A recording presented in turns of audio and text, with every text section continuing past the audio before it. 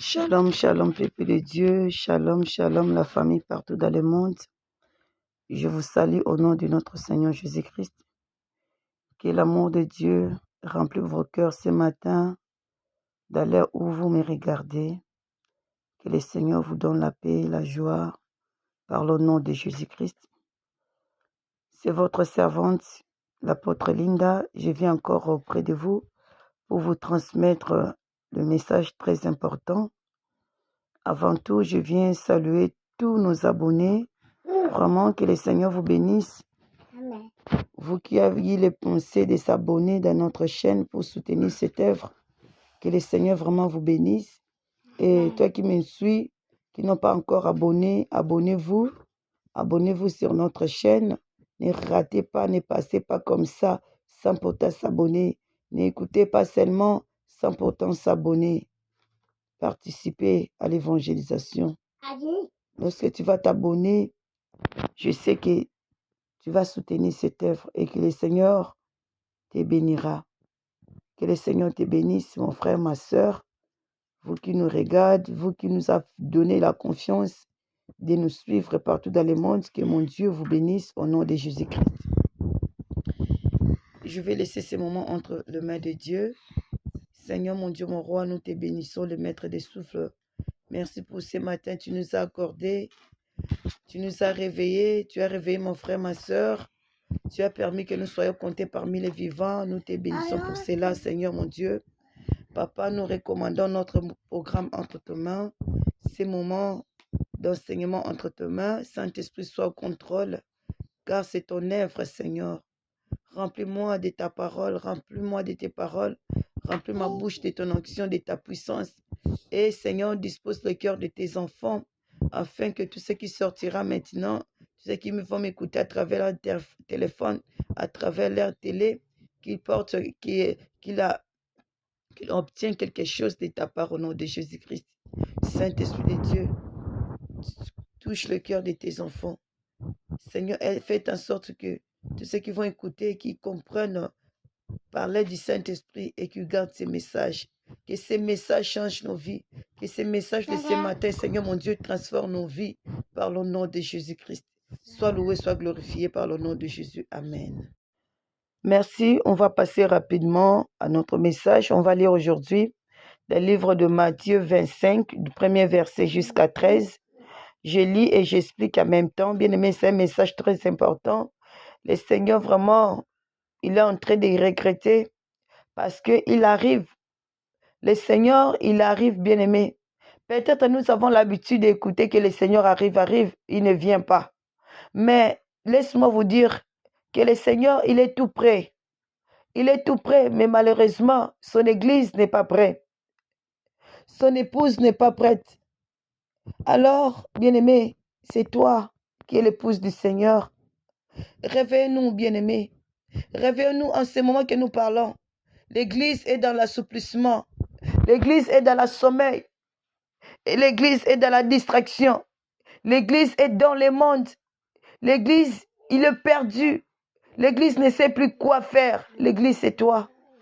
L'église que je parle maintenant, c'est toi. Lorsque tu écoutes ces messages, dis que c'est moi.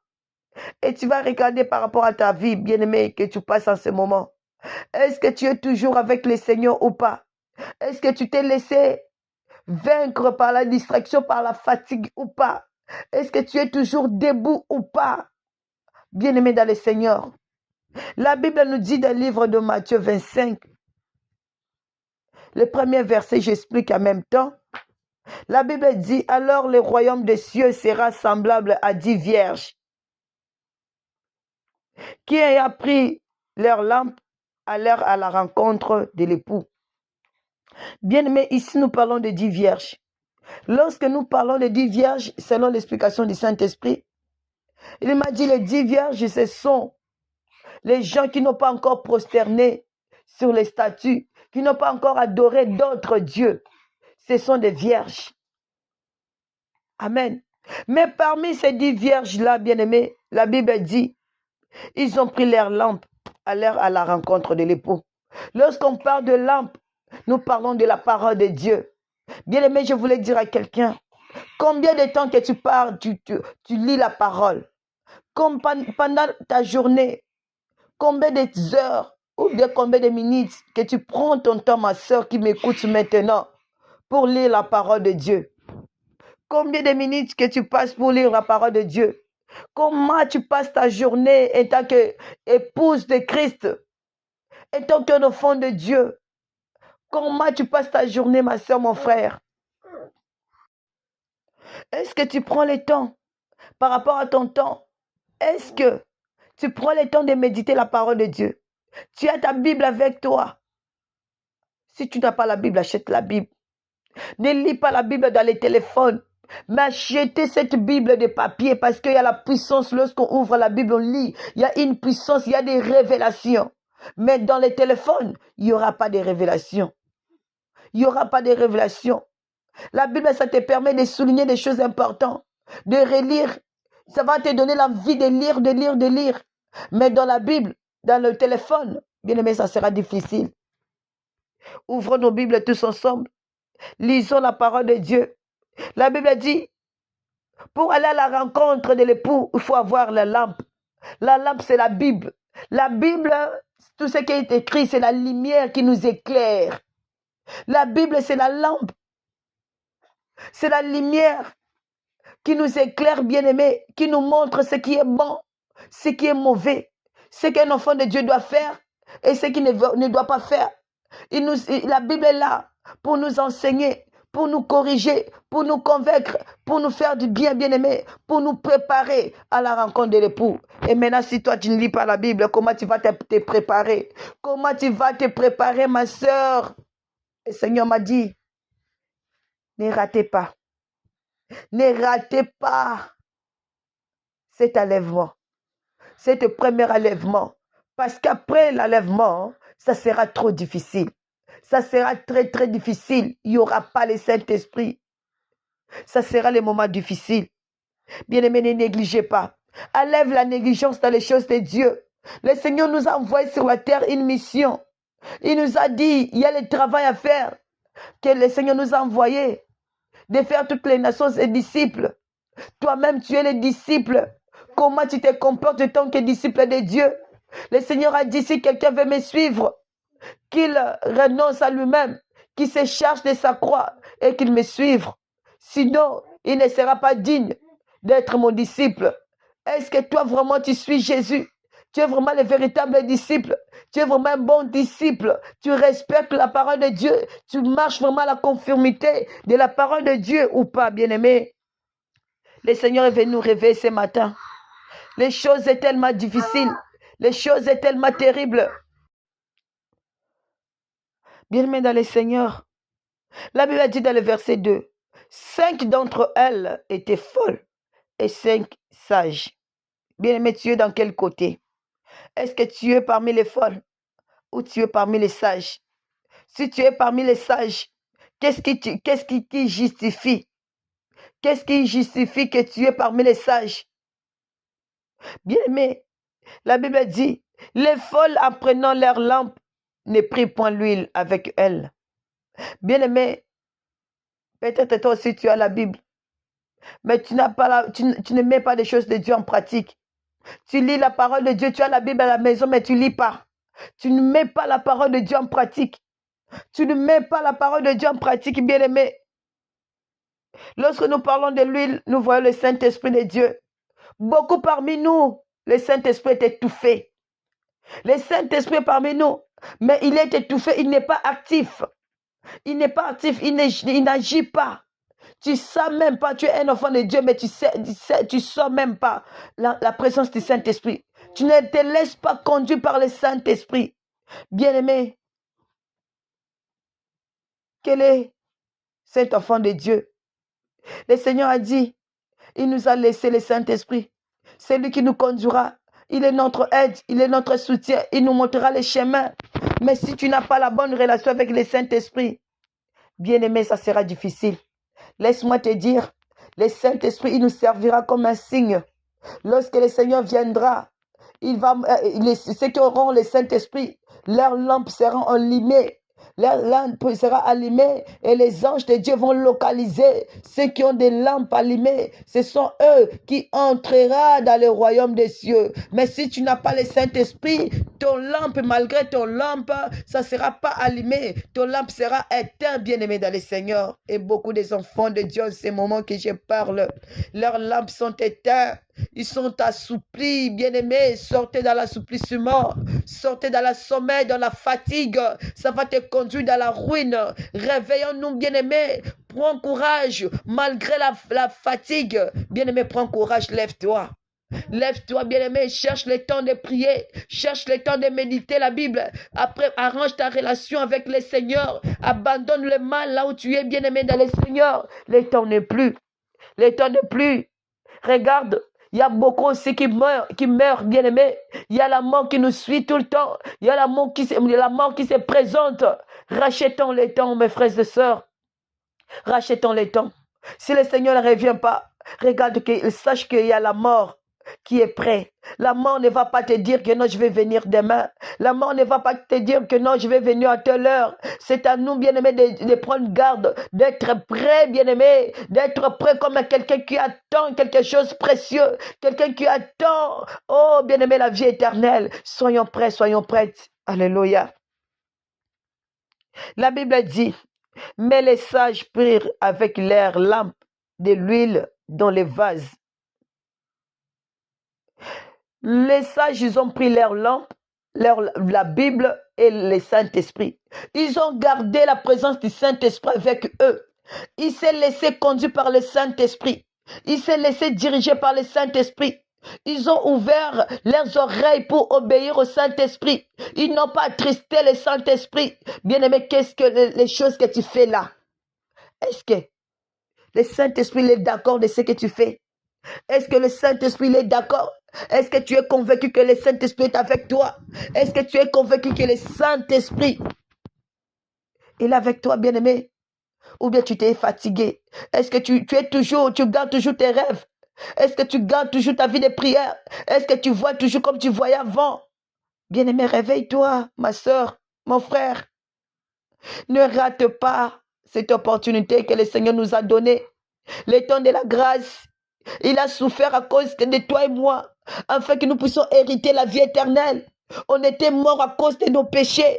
Grâce à Jésus-Christ, il a souffert, il a donné sa vie à la croix, afin que toi et moi, nous puissions avoir la vie éternelle. Bien-aimé, tu vas bafouer cette vie éternelle. Tu vas bafouer l'œuvre de la croix à cause de ton intérêt, à cause.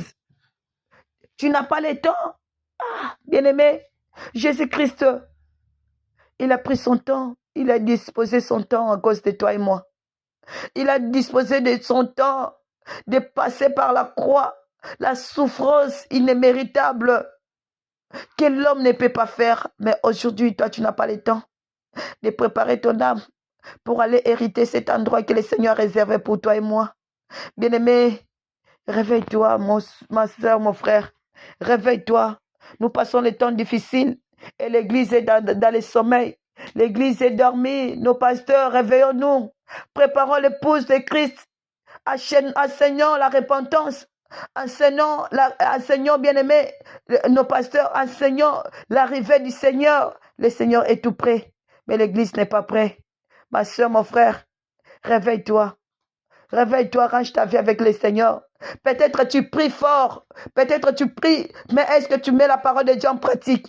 Est-ce que tu lis la parole de Dieu? Est-ce que le Saint-Esprit est avec toi? Est-ce que tu arrives même à écouter le Saint-Esprit? Est-ce que tu sens vraiment la présence du Saint-Esprit? Si tu ne le sens pas, prie. Cherche le temps, cherche la relation personnelle avec le Saint-Esprit. Si tu n'arrives pas, la Bible nous dit, vous qui êtes forts, soutenez les faibles. Nous sommes une église, bien-aimée. Nous sommes une église, nous avons aussi des prières en ligne sur Zoom. Veuillez me contacter dans mon numéro pour entrer dans notre groupe de prière, pour entrer dans la liste de membres de l'église, afin de prier, bien-aimé, ensemble. Ta vie, ça va remonter, ta vie de prière, ça va remonter, ta vie de méditation. Ça va remonter, bien-aimé. Nous sommes là pour te soutenir les uns les autres. Nous sommes là, bien-aimés, pour être ensemble Être ensemble dans la prière. Peut-être que tu te sens fatigué, mais la prière de l'ensemble, ça va te soutenir, ça va te réveiller, afin que tu puisses continuer ta marche avec le Seigneur. Bien-aimés, les sages, ils ont pris leur lampe, ils ont pris leur huile, ils sont partis à la rencontre de l'épouse, de l'époux.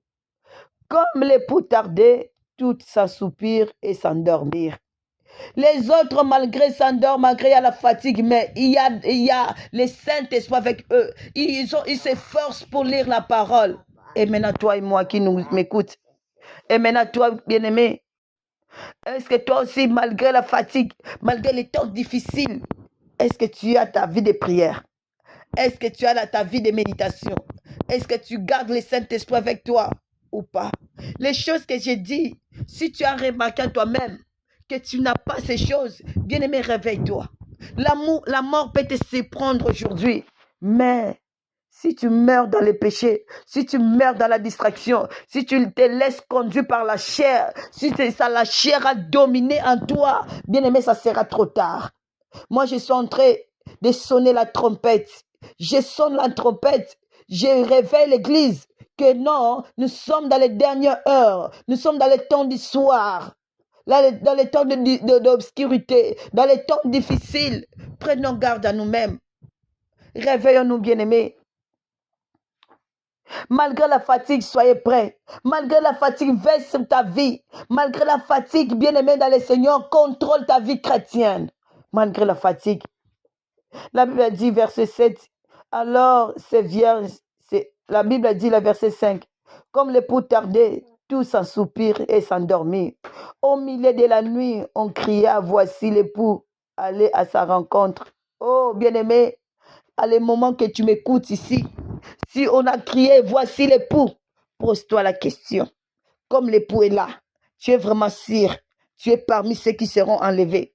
Tu es vraiment sûr que tu es parmi ceux qui vont partir à la rencontre de l'époux. Tu n'as pas de dettes à payer. Est-ce que tu n'as pas de dettes à payer? Est-ce que tu as rangé ta vie? Est-ce que le mari que tu vis avec, c'est ton mari? Est-ce qu'il t'a marié? Est-ce qu'il t'a épousé? Bien-aimé, pose-toi ta question par rapport à ta vie. Est-ce que vraiment tu seras parmi eux, ceux qui vont se présenter devant l'époux pour aller à la rencontre, pour monter avec l'époux, ou tu n'es pas encore prêt? Bien-aimé, prépare ta vie. Prépare ta vie. La Bible dit dans le verset 7, alors tous ces vierges se réveillèrent et préparèrent leurs lampes. Les folles dirent aux sages, donne-nous de votre huile, car nos lampes s'éteignent. Bien-aimé, la Bible dit, les sages y répondit, non, il n'aura pas assez pour nous et pour vous. Allez plutôt chez ceux qui le vendent, achetez-en pour vous. Pendant qu'elle allait acheter, l'époux arriva. Celles qui étaient prêtes entrèrent avec lui dans la salle des noces et la porte fut fermée.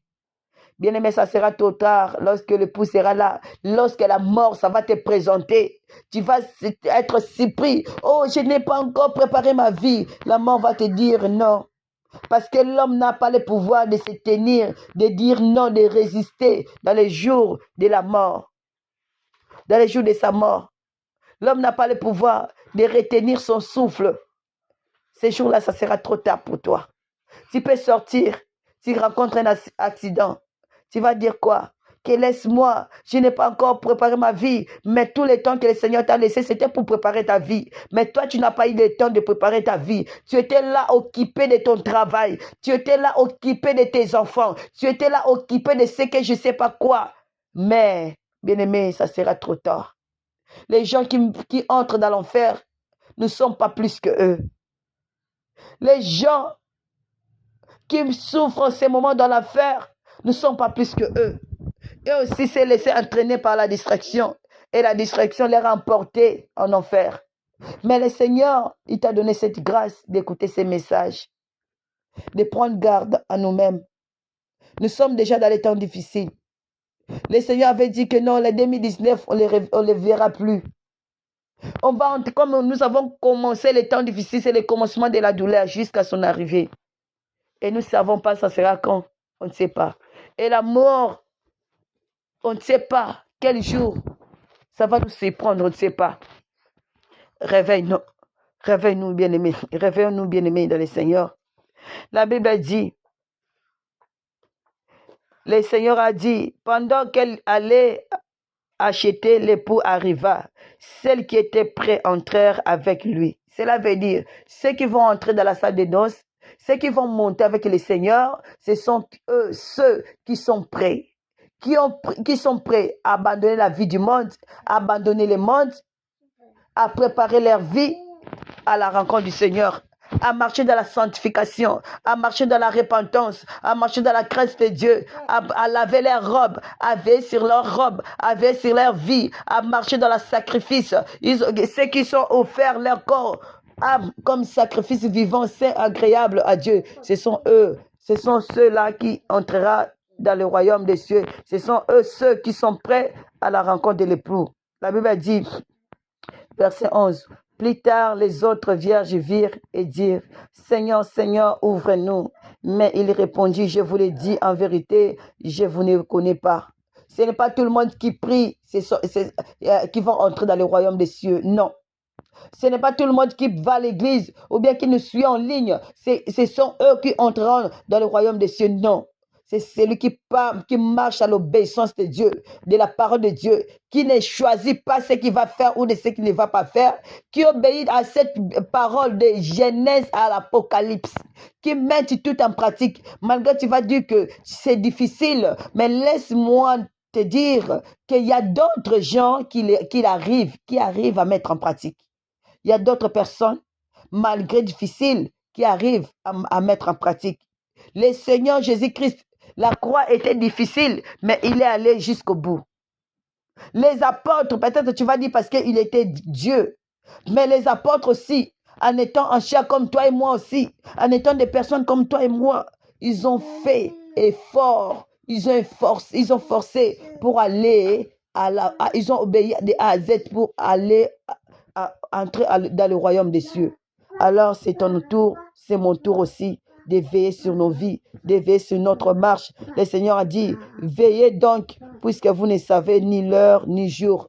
Si tu sais pas, tu sais ni jour ni l'heure, ce n'est qu'à se préparer. Ce n'est qu'à nous préparons afin que nous puissions hériter cet endroit. Le Seigneur a dit, il y a un endroit précieux qui nous a réservé. Si cela n'était pas, bien aimé, il ne pouvait pas nous dire. S'il nous a dit, cela veut dire qu'il y a un endroit.